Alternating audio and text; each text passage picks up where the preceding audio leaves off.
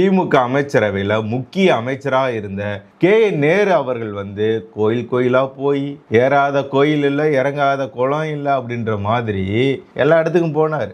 உண்டியல்ல காசுலாம் போட்டாங்க. அப்படிலாம் இருந்து கூட கடவுள் தப்பு செஞ்சவன் தண்டனை அனுபவிக்கணும் அப்படின்னு சொல்லி முடிவு பண்ணிட்டார். அதனாலதான் சென்னை உயர் நீதிமன்றம் இன்னைக்கு ஒரு கேள்வி கேட்டிருக்கிறாங்க. என்ன தெரியுங்களா? லஞ்ச ஒழிப்புத்துறைக்கு நாங்க ஒரு உத்தரவு போட்டிருந்தோம். நேரு அவர்கள் இந்த பணி நியமனம் முறைகேடு தொடர்பாக உடனடியாக அவர் மேல வழக்கு பதிவு செய்து விசாரணையை தொடங்க வேண்டும் அப்படின்னு சொல்லி, அதுவும் உடனடியாக செய்யணும்னு சொல்லி உத்தரவு போட்டும் கூட இன்ன வரைக்குமே லஞ்ச ஒழிப்புத்துறை எந்த விதமான நடவடிக்கையுமே எடுக்காம இருக்கீங்களே, அது ஏன் அப்படின்னு சொல்லி கேள்வி கேட்டிருக்காங்க. ஏங்க, தமிழக முதல்வராக இருந்த ஸ்டாலின் அவர்கள் கூட உத்தரவு போட்டிருந்தாரு. நேரு அவர்கள் மேல வழக்கு பதிவு செய்து விசாரணையை தொடங்கலாம் அப்படின்னு சொல்லி உத்தரவு போட்டிருந்தார். இதை நான் சொல்ல, RS பாரதி அவர்களே நேருவை பக்கத்தில் வச்சுக்கிட்டு பத்திரிகையாளர் சந்திப்பில் வச்சு சொல்லியிருந்தார். அப்படிலாம் இருந்தும் கூட இதுவரை அவர் மேலே எந்த விதமான வழக்கையும் பதிவு செய்யாமல் விசாரிக்காமல் இருக்கிறது லஞ்ச ஒழிப்புத்துறை. இந்த திமுக அரசுக்கு கீழே இருந்தால் இந்த மாதிரி தான் இருக்கும் அப்படின்றத மக்களே நீங்கள் புரிஞ்சுக்கோங்க. ஊழல் செஞ்சாலும் நடவடிக்கை எடுக்க மாட்டாங்க, குற்றங்கள் செய்தாலும் நடவடிக்கை எடுக்க மாட்டாங்க. திமுகவை விமர்சனம் பண்ணிட்டா நீ எவ்வளவு பெரிய கொம்பனாக இருந்தாலும் சரிதான், உன் மேலே நான் நடவடிக்கை எடுத்தே தீருவேன் அப்படின்னு சொல்லி தமிழக முதல்வர் நடவடிக்கை எடுப்பார். இப்போ நேரு அவர்கள் தப்பிச்சிருவாரா இல்லை கைது செய்யப்படுவாரா, என்ன நடக்க போகுது அப்படின்றத பார்த்துட்டு இருக்கீங்களா? நீங்கள் சொல்கிறதே நடக்க மாட்டேங்குது அப்படின்னு சொல்லி பார்க்குறீங்களா? ஏன் மக்களே, என்னுடைய மக்களே, நண்பா நம்பி சொல்கிறத கேளுங்க.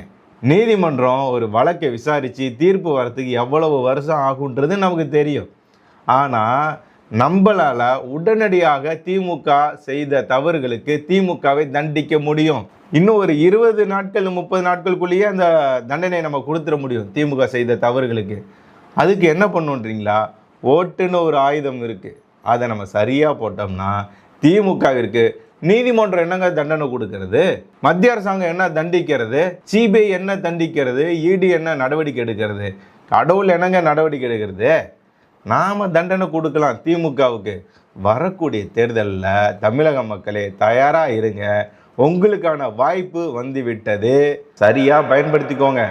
இதை விட முக்கியமான ஒரு சம்பவத்தை தான் நான் உங்கள்கிட்ட சொல்ல போகிறேன். என்ன அப்படின்னா, திமுக காரங்க ஊழல் பண்ணியிருக்கிறாங்க, தவறுகள் பண்ணிகிட்டு இருக்காங்க, இதெல்லாம் நம்ம பார்த்துட்ருக்கோம்.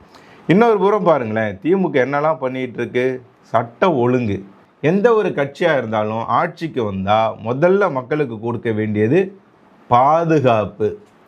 அதிலிருந்து தவறி விட்டது இந்த திமுக அரசாங்கம். இது என்னப்பா புதுசா, திமுக ஆட்சிக்கு வந்ததுனாவே சட்ட ஒழுங்கு இருக்காதுன்றதான் நமக்கு தெரியுமே அப்படின்னு சொல்லி நீங்கள் பார்க்குறீங்களா? சரி, இதில் இன்னொரு முக்கியமான தகவலை சொல்லட்டுமா? கடந்த 23 நாட்களுக்குள்ளேயே 50க்கும் மேற்பட்ட பாலியல் துன்புறுத்தல் வழக்கு பதிவு செய்யப்பட்டிருக்கு. பதிவு செய்யப்பட்டது மட்டுமே 50க்கும் மேற்பட்ட வழக்குகள். இதில் மேலும் ஒரு தகவலை சொல்லட்டுமா? 10 நாட்களுக்குள்ள பதிவு செய்யப்பட்ட வழக்குகள் 25 வழக்குகளுக்கு மேலே பாலியல் துன்புறுத்தல் வழக்குகள் பதிவு செய்யப்பட்டிருக்கு தமிழகத்தில். பொதுவாக தமிழ்நாடு அப்படின்னாவே பெண்களுக்கான மரியாதை கொடுக்குற நாடு, பெண்களை மதிக்கக்கூடிய நாடு, பெண்களுக்கு சுதந்திரம் கொடுக்கக்கூடிய ஒரு மாநிலம், பெண்கள் வீரத்தை போற்றக்கூடிய ஒரு மாநிலம். வேலு நாச்சியார், குயிலி, அஞ்சலை அம்மாள் போன்ற எவ்வளவு வீர மங்கைகளை பார்த்த தமிழ்நாடு, இப்போ தமிழ்நாட்டில் உள்ள பெண்களோட நிலைமையை நீங்க பார்த்துட்டு இருக்கீங்க. விளாத்திக்குளத்தில் ஒரு மாணவிக்கு நடந்த சம்பவத்தை பார்த்தோம். அண்ணா நகர்ல 13 வயசு குழந்தை 15 வயசு குழந்தைக்கு நடந்த பாலியல் துன்புறுத்தலை பார்த்தோம். சமீபத்தில் கிருஷ்ணகிரியில் 2.5 வயசு பெண் குழந்தைக்கு நடந்த கொடுமையை நம்ம பார்த்தோம். திமுக நிர்வாகி பெரிய நாயகம்ன்ற ஒருத்தரால் நடந்த சம்பவத்தை நம்ம பார்த்தோம். இதெல்லாம் நான் பட்டியல் போடணுன்ற அவசியமே இல்லை. நீங்கள் தினசரி ஒரு செய்தி சேனலையாவது ஏதோ ஒரு 5 நிமிஷமாவது நான் பார்க்குறேன் அப்படின்னா கண்டிப்பாக அந்த 5 நிமிஷத்தில் ஒரு செய்தி என்னவா இருக்கும் அப்படின்னா, பெண்களுக்கு எதிரான நடந்த பாலியல் வன்முறை குற்றங்களை நீங்கள் பார்த்துருப்பீங்க. குழந்தைகளுக்கு நடந்த பாலியல் துன்புறுத்தல், முதியவருக்கு நடந்த பாலியல் துன்புறுத்தல், அத்துமீறல், கொலை, எல்லா சம்பவத்தையும் பார்த்துக்கிட்டு இருக்கோம். பெண்களுக்கு எதிராக நடக்கக்கூடிய குற்றங்கள், குழந்தைகளுக்கு எதிராக நடக்கக்கூடிய பாலியல் துன்புறுத்தல், முதியவர்களை கூட விட்டு வைக்காமல் கிருஷ்ணகிரியில் பார்த்தோம்ல 2 வயதான தம்பதியினர் தனியாக வாழ்ந்துகிட்டு இருந்திருக்காங்க. அதில் அந்த கணவர் 73 வயசுன்னு நினைக்கிறேன், அவர் அடித்து கொன்று இருக்கானுங்க. கொன்னுட்டு அவரோட மனைவி, அவருக்கு கிட்டத்தட்ட அவர் கணவரை விட ஒரு 10 வயசோ 8 வயசோ கம்மியாக இருப்பாங்கன்னு நினைக்கிறேன். அவங்கள பாலியல் துன்புறுத்தல் செஞ்சு கொடுமைப்படுத்தி இருக்கிறானுங்க.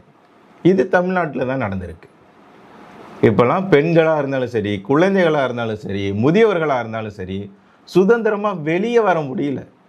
எங்கே வெளியே வரதுன்னா எங்கே, மெரினாவுக்கு வரதா இல்லை வேறு எங்கே சுற்றுலாத்தலங்களா அப்படின்றத ஒரு கேள்வியை கூட நீங்கள் முன்வைக்கலாம். அங்கெல்லாம் இல்லை. கதவை திறந்த வீட்டுக்கு வெளியே கால் எடுத்து வைக்க முடியல. தான் பாதுகாப்பாக எங்கே உணர்வோம், தன்னுடைய ஊரில், தன்னுடைய வீடு இருக்கக்கூடிய பகுதிகளில், சுற்று வட்டாரங்களில். இங்கே வந்துட்டோம்னா நம்ம பாதுகாப்பாக இருப்போம் அப்படின்னு நினைக்கிறோம்ல, அங்கே கூட அவங்களுக்கு பாதுகாப்பு இல்லாத ஒரு சூழல் தான் இருக்குது. பேருந்துகளில் போன்ற வாகனங்களில் பயணிக்கும் போது கூட பெண்களுக்கு பாதுகாப்பு இல்லாத ஒரு சூழ்நிலை தமிழகத்தில் உருவாகிட்டு இருக்கு.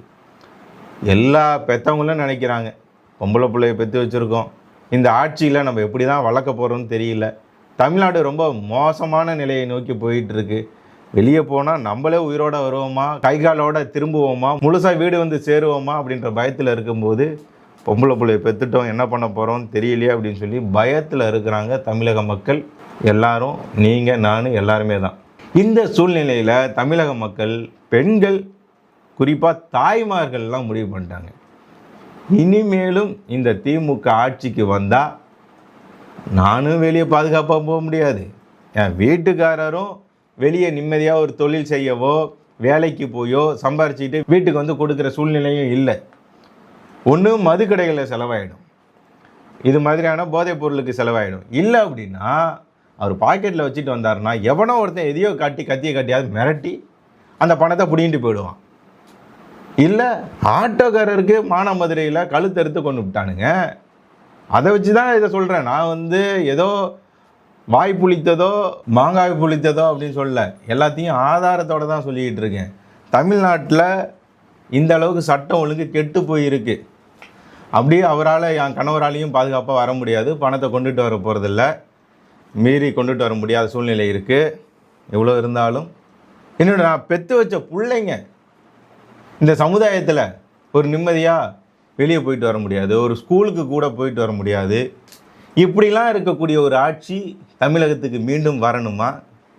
இந்த வெட்கக்கேடான வேதனையை தமிழக மக்களுக்கு கொடுக்கக்கூடிய ஒரு ஆட்சி தமிழகத்துக்கு வேணுமா அப்படின்னு சொல்லி தமிழகத்தில் உள்ள பெண்களும் தாய்மார்களும் முதியவர்களும் முடிவு பண்ணிட்டாங்க, மீண்டும் இங்கே ஆட்சி திமுக ஆட்சி வரக்கூடாது. கெட்டவங்களாம் தைரியமாக சுற்றக்கூடிய, நல்லவங்களாம் பயந்து வாழக்கூடிய இந்த திமுக ஆட்சி வரக்கூடாது. இதை தான் பாரத பிரதமர் நரேந்திர மோடி அவர்களும் தமிழகத்திற்கு வந்தபோது சொன்னார்.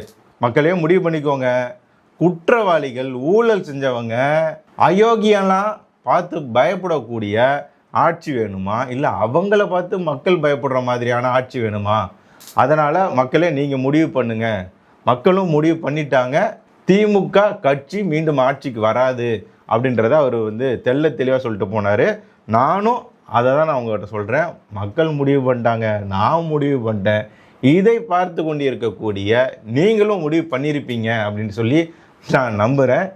முடிவு பண்ணதோடு நிறுத்திடாமல் தான் குடும்பத்தில் இருக்கிறவங்ககிட்டையும் சொல்லணும், தன்னை சுற்றி இருக்கிறவங்க கிட்ட சொல்லணும், தான் சொந்தக்காரங்க கிட்ட சொல்லணும், தான் நண்பர்கள்கிட்ட சொல்லணும், தன்னுடைய பகுதியில் வாழக்கூடிய நபர்கள்கிட்ட சொல்லணும், தன்னுடைய ஊரில் இருக்கக்கூடிய மக்கள் எல்லோருக்கிட்டையும் சொல்லணும், சொந்தங்கள்கிட்ட சொல்லணும்.